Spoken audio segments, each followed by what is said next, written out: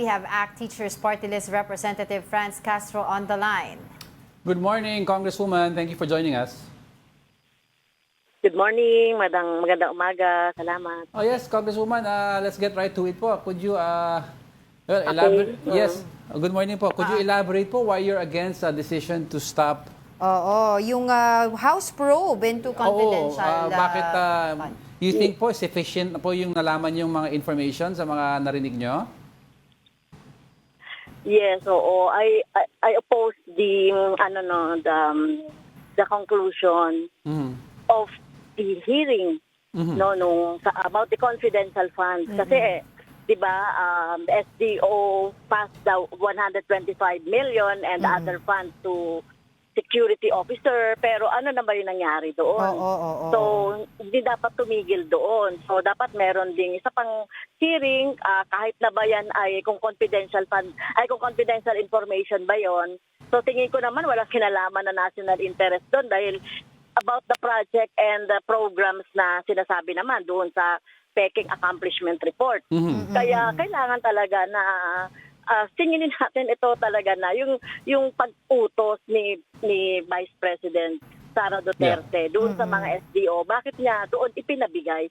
So mayroon pa akong tanong doon kung bakit gano'n yung naging tinapos na lang doon at hindi talaga tinawag yung mga security officers. Oo, kasi yung mga ibang mga kababayan natin nagtatanong, asan na yung issue kay Acosta, yung kay La Chica, yan yung mga sinasabi nila. Pero Congresswoman, yung reaction po ninyo dito sa sinabi ni Vice President Sara Duterte na dapat daw po alamin muna raw kung paano nagfa-function ang Intel Ops regarding sa non-existent recipients? Well, hindi sa Intel, confidential yon para sa mga non-government agency na meron niyang guidelines doon sa JC 2015. So gayon nga yun doon talagang ayaw namin yung confidential and intelligence funds kasi naitatago nila talaga kahit naman merong mga alias na gamitin, more than 600 na mga informant bibigyan, parang imposible yon in 11 days. Mga informant, anong mga impormasyon na binigay noon, di ba? Or in a quarter. Kaya talagang kaduda-duda to at dapat nakalagbook yung tunay na mga pangalan nito. Kung yung receipt o yung acknowledgement receipt ay alias, dapat may tunay yun na pangalan na alam nila, nakalagbook yan. So, kaya talagang kaduda-duda yung yung mga acknowledgement receipt, yung report, at saka yung liquidation. And Sara Duterte attested all those documents, yung liquidation, certification, at saka yung report. Yes, Congresswoman, also, ano ba yung practice po ng ibang policing agencies o sa military po in terms of paano linilista po ang mga confidential funds? Because alam ko mayroon silang Best Practices Act dyan sa Philippine Army kung paano nila may accountability po ang pag-release ng confidential funds. Baka pwede pong sana yun ang maging best practice po across all agencies.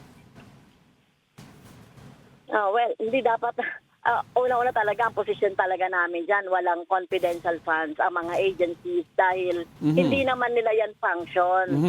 Yung intelligence funds, sige, or bit of confidential funds sa mga agency na merong inimbestigahan, tinitiktikan. Pero yung OVP at saka yung DepEd, wala dapat yan. Saka iba pang mga agency.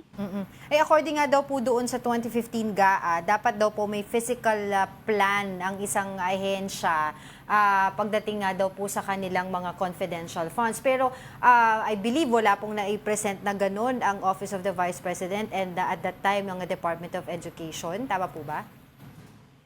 Yes, yung physical plan na sinubmit nila, yun yung 1 or 2 pages na nakalagay nga, yung tungkol doon sa libreng sakay, yung pagbibigay nila ng mga kung ano-ano mga services. Wala naman doong national interest. Nasa tingin ko, mangangailangan ng confidential fund. Sa DepEd naman, yung nilagay nila doon, combating terrorism, yung recruitment daw ng mga estudyante and teachers, ginagawa na yan ng militar. Yes. Di ba? Ang dami ng mga insidente na ginagawa niya ng militar. So bakit nilagay yan doon sa DepEd? So hindi naman yan function ng OVP. Oo. May sisingit O, lang ng po. DepEd. Opo. Congresswoman, may sisingit lang po ako bago ko ibigay kay Diego. Kasi yung sinasabi po ni Vice President Sara Duterte na wala daw po siyang idea doon sa mga acknowledgement receipts. Hindi daw po niya alam yon. Your reaction to that?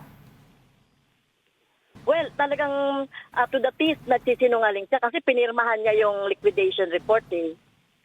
Pinirmahan niya yung mga report, attested niya. So, ibig sabihin, alam niya yon. So, hindi niya pwedeng sabihin, hindi niya alam. Okay, before we let you go, Congresswoman, we'd like to ask po, ano po ang kamusta na po ang impeachment complaint si VP Sara? May mga numero po ba, may chance po ba daw na makuha ang 1/3 para straight to the Senate na po ang complaints? Well, meron pa yatang inaantay ang SecGen, no, na isa pang complaint. So, tingnan natin kung meron na doong 103 na endorser ng mga mga member ng House of Representatives. So, kung magkaganon man, baka yun na yung pwedeng ma-endorse doon sa Senate. Pero as of now, dalawa pa lang din yung impeachment complaint na naka-submit. Ngayon parang wait and see, no? Wait and see Yes, ang po. attitude ng ating mga kasamahan dito dahil nga doon sa nababanggit na third complaint. Yeah, may idea po ba tayo, Congresswoman, kung kanino naman gagaling ang third complaint?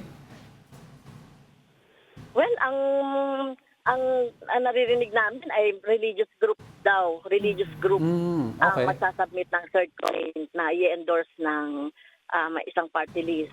No? Okay. All right. Thank you so much for joining us again, ACT Teachers Party List Representative Franz Castro. Thank you.